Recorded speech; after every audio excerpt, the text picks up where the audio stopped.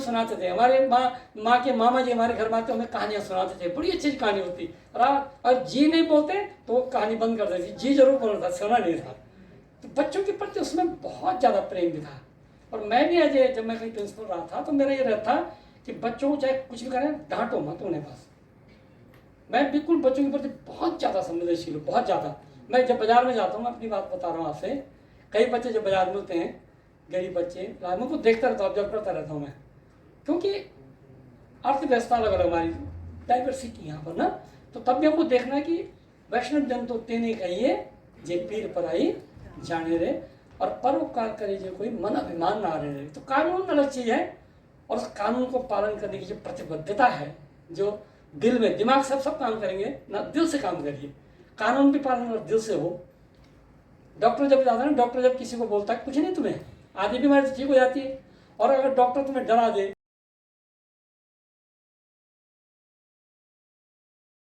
Teachers से, principal से हमारी बातचीत होती है पिछले कुछ महीनों से, जब से हम आयोग में आए हैं. So there are 3 observations which I want to make, even if they are not linked to this subject of corporal punishment. So one was time that I just pointed out, और दूसरा है the body language and how we present in the schools. मेरे को आज मैं यहाँ देख रही हूँ सब इतने अच्छे से तैयार होके आए हैं, you know, it's impressive. So it's not because you are looking impressive, मतलब वो कोई of course हम knowledge के लिए जाते हैं, हम अपने skills के लिए जाते हैं और अपनी profession के हिसाब से जाते हैं. फिर भी बच्चा हमें देख के वो जो हेलो इफेक्ट बताया ना अभी सेमवाल जी ने, हमसे भी तो, हमारे लिए भी तो एक हेलो इफेक्ट रखे. So please I requested mister Uniyal also कि हम लोग अपनी वेशभूषा के प्रति थोड़ा सा सजग रहें. Even if you are wearing a suit, तो यू नो ऐसा नहीं लगे लतर पतर बिस्तर से उठ के आ गए हम. So there should be a positive halo effect with how the teacher presents. दूसरा और तीसरा, I was very very saddened जब मैंने ये देखा कि हमारे बच्चों का सामान्य ज्ञान इतना, मतलब उसका कोई स्तर, मैं कितना नीचे जाऊं, कोई स्तर नहीं था. अपने प्रदेश के मुख्यमंत्री अपने प्रदेश के नाम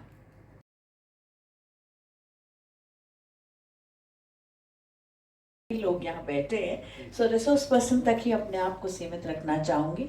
पेशे से मनोवैज्ञानिक हूँ. काउंसलिंग मेरा एरिया ऑफ स्पेशलाइजेशन है. पिछले 25 सालों से मैं काउंसलिंग कर रही हूँ. 2 साल की उम्र के बच्चे को लेके भी मम्मी पापा चले आते हैं क्योंकि उन्हें लगता है कि उनके सपनों को साकार करने वाले में कोई कमी नहीं रह जानी चाहिए. सो इतनी उत्सुकता रहती है कुछ माता पिता को, और वहाँ से रास्ता रहता है. उसमें बच्चे विशेष गण से सीमित रहते हैं. बच्चों की उम्र जो हमने स्पेसिफाई की है, खासकर एनसीपीसीआर जिसको कहता है 0 to 18 years old, हम यही कहते हैं, जिसमें हम नर और नारी का अंतर मिटा देते हैं. और हमारे सारे एक्ट्स जिनकी हम बात करते हैं, जुवेनाइल जस्टिस एक्ट की बात करें, राइट टू एजुकेशन की बात करें, protection of child against sexual offence की बात करें, सब में हम जेंडर न्यूट्रलिटी की बात कर रहे हैं.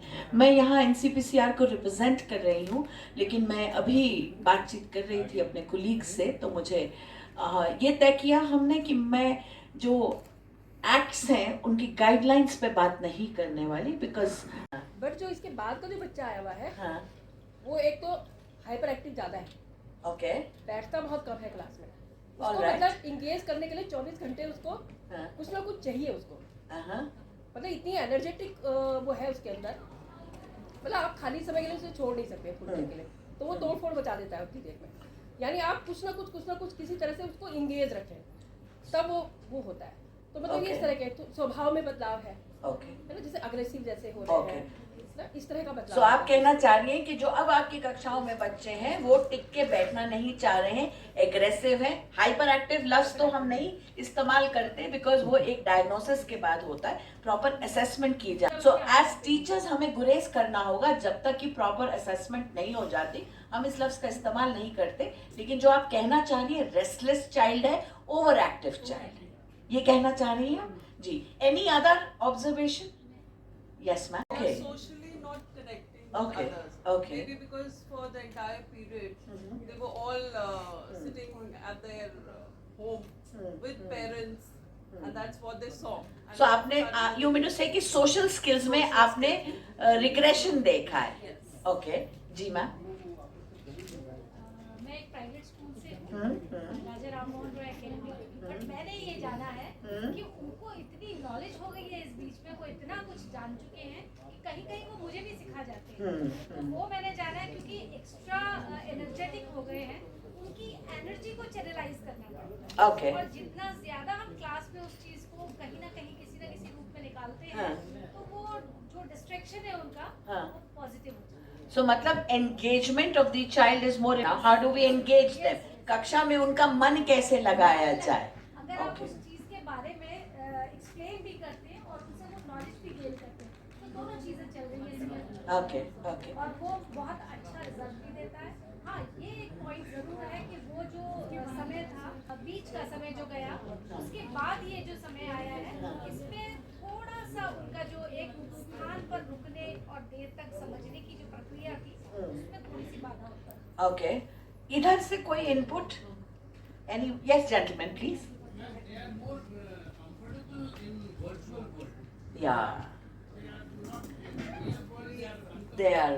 They are more comfortable in the virtual world. Okay, okay. Yes, They don't want to write as they made for the PDF. I And know, They, huh. they are their handwriting has been a disaster now because they have left the practice of writing. all right. Okay. So, yeah, yes ma'am. Ma'am, I also add to this that the communication skills, I can see, there has been a little change there. They are unwilling to speak. They need more encouragement. Earlier, when children came to class 11, they were more willing to share. Okay. When they come back after the COVID period, Okay. It takes time for them to come out of that shell. Okay, so I'll just see all this is identification of Where the children are getting into groups, working together, and slowly and gradually we can see that difference that they have started mingling with other Okay. children as well. Okay, so हम chalk and talk उन्हें वो ज्ञान दे पाते हैं जो हम देना चाहते हैं। और काउंसलिंग जो आप कहते हैं ना सब लोग कि काउंसलिंग करते हैं, काउंसलिंग करी, counselling I take objection to it, I am sorry, because ये बहुत एक साधारण काम नहीं है। मैं ना ही इसे असाधारण मानती हूँ, लेकिन डेफिनेटली एक स्पेशलाइज्ड स्किल है जो काफ़ी पढ़ाई और ट्रेनिंग के बाद ली जाती है। सो जो हम सब यूं ही करते हैं वो बातचीत होती है, उसमें सलाह मशवरा होता है, वो काउंसलिंग नहीं होती। तो counselling is a professional activity which can be taken up by a trained professional. So जरूरत पड़े तो उसकी मदद भी ली जा सकती है, बट डेफिनेटली ऐसे बच्चों को रिडिक्यूल ना किया जाए, सुनने और समझने की क्षमता बढ़ा के इन बच्चों के साथ कनेक्ट बढ़ाया जाए पहले तो। मेरा कनेक्टिविटी बहुत अच्छा उसके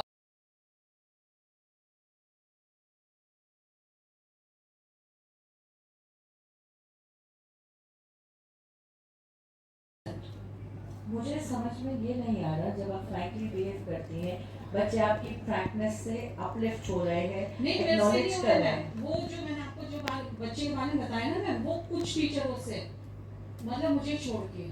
हाँ तो मतलब आई डिड नॉट अंडरस्टैंड, आप अपने बिहेवियर को रिफ्लेक्ट क्यों कर रहे हैं? रिफ्लेक्ट मैं नहीं हो रही हूँ, जैसे वो है वो 10th के जो टीचर्स हैं मैम, उनसे हो रहा है वो, जो 9th 10th के टीचर्स हैं ना वहाँ पे, उनसे हो रहा है वो, और वो 9th 10th के टीचर वो बच्चे से परेशान हैं।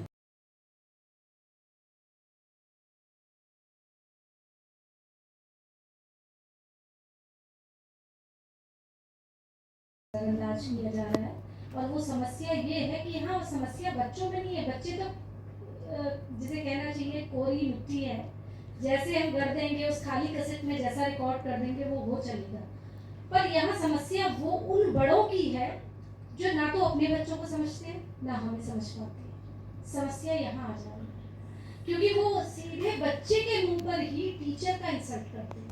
ये एक आम समस्या दिखाई देगी आपको, और उसके साथ ही जब वहाँ समझाया भी जाता है कि ऐसा नहीं है, अगर आप ऐसा करेंगे तो आपके बच्चे पर क्या इसका इम्पैक्ट जाएगा, तो वो अरे हमारा बच्चा तो सही रहेगा। लेकिन जब आपका बिहेवियर ये है, एक ना एक दिन वो उस चीज़ को अपना लेगा, और ये तो कटु सत्य है, सार्वभौमिक है, ये तो बदल ही नहीं सकता। खरबूजे को देखकर खरबूजा रंग बदलने नहीं लगता है। मैं हूँ, मेरे साथ भी ऐसा था, मेरे अपने बच्चे थे, मुझे देखते थे क्योंकि हाँ मैं थोड़ा सा नियमों का पालन करने में विश्वास रखती हूँ। वो English to Hindi, Hindi to English translate नहीं कर पा रहे हैं। मैम ये जो बोर्ड के जो बच्चे जो अभी बोर्ड दे रहे हैं, जो पास भी हो गए हैं और जो बोर्ड देने वाले बच्चे, मैम ये ना ऐसे वीक हो चुके हैं ये बच्चे की जो है, जो हम लेक्चर अगर इंग्लिश में दे रहे हैं तो वो नहीं समझ पा रहे हैं, हिंदी में दे रहे हैं तो वो भी ढंग से नहीं कर पा रहे, मैम लिख भी नहीं पा रहे हैं। तो मैम इसका क्या उपाय है? देखिए ऐसे बच्चों इस सवाल के लिए हम थोड़ा लेट हैं, लेकिन फिर भी देर आएंगे तो दुरुस्त आएंगे। एनसीईआरटी ने जब कोविड के बाद स्कूल शुरू हुए तो एनसीईआरटी ने 3 महीने का एक वाटरशेड करिकुलम बनाया था फॉर प्राइमरी स्कूल्स। हमने ये माना है कि लर्निंग गैप्स आए हैं क्योंकि स्कूल घर तक तो पहुंच गया, लेकिन स्कूल घर पहुंच के भी एक स्क्रीन पे सीमित रहा, और माता पिता का योगदान कहीं आया, कहीं नेगेटिव आया, कहीं डेफिशिएंट आया, कहीं ओवर एक्सेस में आया। सो हम उसको स्टैंडर्डाइज नहीं कर पा रहे थे, but yes education was the only thing that was happening. तो सेंस ऑफ नॉर्मलसी जो बच्चों को जीवन में उस टाइम पे मिल रही थी वो आप लोगों के माध्यम से मिल रही थी। तो क्रेडिट तो बहुत ज़्यादा आप लोग पे जाता है, टीचर्स पे जाता है कि इतने नॉर्मल टाइम्स में आपने बच्चों को नॉर्मल फीलिंग, एक सेंस ऑफ नॉर्मलसी दी। सो इस सब के तो आप एप्रिसिएशन के हकदार हैं, पहली बात। लेकिन हमें साथ में ये भी मानना है कि वो जो गैप्स हैं, ये जो आप मुझे बता रहे हैं ना, ये उन गैप्स का नतीजा है क्योंकि सारी पढ़ाई ठीक तरीके से नहीं हो पाई। So NCERT did come out with an advisory of a 3-month watershed curriculum. So अगर हम उसको नहीं पकड़ पाए, लेकिन अभी भी अगर आप अपनी क्लास के बच्चों का minimum levels of learning certain कर पाए कि ये मैं 6 को पढ़ाता हूँ लेकिन मेरे बच्चों को अभी 5th का ये गैप है, मैं 8 को पढ़ाती हूँ, मेरे 8 के बच्चों में अभी 7th के ये वाले गैप्स हैं। सो आप अपने सीनियर्स के साथ, हेडमिस्ट्रेस हेडमास्टर के साथ बैठ के, प्रिंसिपल्स के साथ बैठ के हफ्ते भर का कुछ रिगरस प्रोग्राम बना सकते हैं जिसमें आप ये पहले गैप्स फिल कर पाए। अब आई राइटिंग की बात, क्योंकि हमारे बच्चे इतने टेक सावी होते जा रहे हैं कि उनकी मोटर डेवलपमेंट में ही प्रॉब्लम आ गई है, क्योंकि बच्चा आज फाइन मोटर और gross motor development related activities नहीं कर रहे। उनकी गेम्स, उनके खेलने के तरीके भी बदल गए हैं।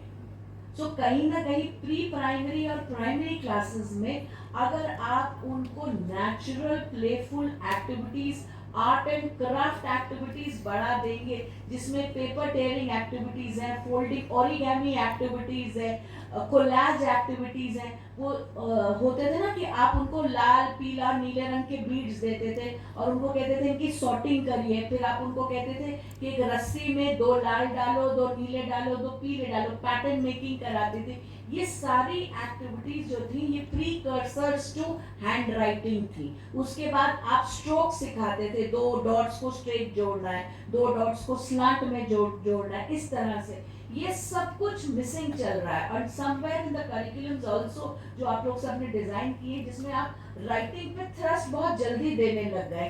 चाइल्ड डेवलपमेंट थ्योरीज को हम फॉलो नहीं कर रहे, तो उसका फॉल आउट ये आ रहा है। हमारे जमाने में पहले चौक से लिखना सिखाया जाता था, स्लेटी से लिखते थे, क्रेयॉन से लिखते थे, पेंसिल तो बाद में आती थी। अब मेरे ख्याल से इतना स्टेज्ड प्रोसेस रहा ही नहीं है introduction to writing. Somewhere we will have to go back to our roots.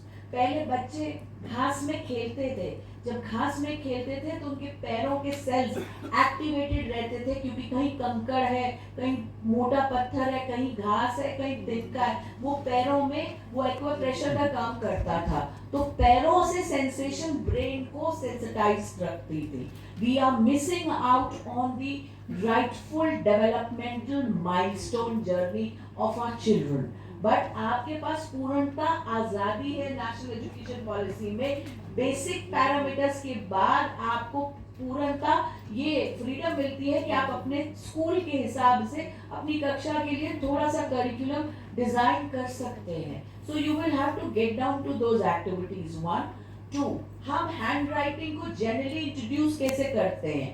Dictation हुई, डिक्टेशन में जो स्पेलिंग मिस्टेक गलत हुआ, right 5 times, right 10 times, right 20 times. So hand writing is a not a pleasurable activity. मुझे याद है गर्मी की छुट्टियों में हमें मिला करते थे 25 निबंध लिखिए, 15 पत्र लिखिए। सो you will introduce writing capsules for them in between a period where they are not spending 40 minutes into writing, where they don't have to indulge in 2 pages of handwriting, maybe 10 sentences, maybe 8 sentences. Then gradually आप उनका handwriting का spectrum बढ़ाएंगे, तब धीरे धीरे in a matter of 6 months, year, depending upon children's own personality also, और developmental stage पे कहाँ हैं बच्चे, तब वो बच्चे वापस आएंगे। जब आप पेरेंट्स से मिलते जुलते हैं पीटीएम्स में, उन्हें इनकरेज कीजिए, आटा गूंद के उसकी लोई दे दें, बेसन को गूंद के उसकी लोई दे दें, मंडवे का आटा गूंदते हैं उसकी लोई दे दें। सबके टेक्सचर फर्क है, उससे बच्चा दिया बनाता है, उससे बच्चा मठरी बनाता है, बच्चों की एक्सरसाइज होती है। बहुत महंगे खिलौनों की बात मैं बिल्कुल नहीं करूंगी। कपड़े लगाने वाली चूटियां होती हैं, उनको कपड़ों पे लगाएं, कपड़ों को उतारें, घर में माँ की मदद कर दें, कपड़ा तय कर लें, अपनी चादर खुद तय करें। These are gross motor developmental activities, बहुत जरूरी है बच्चों के लिए।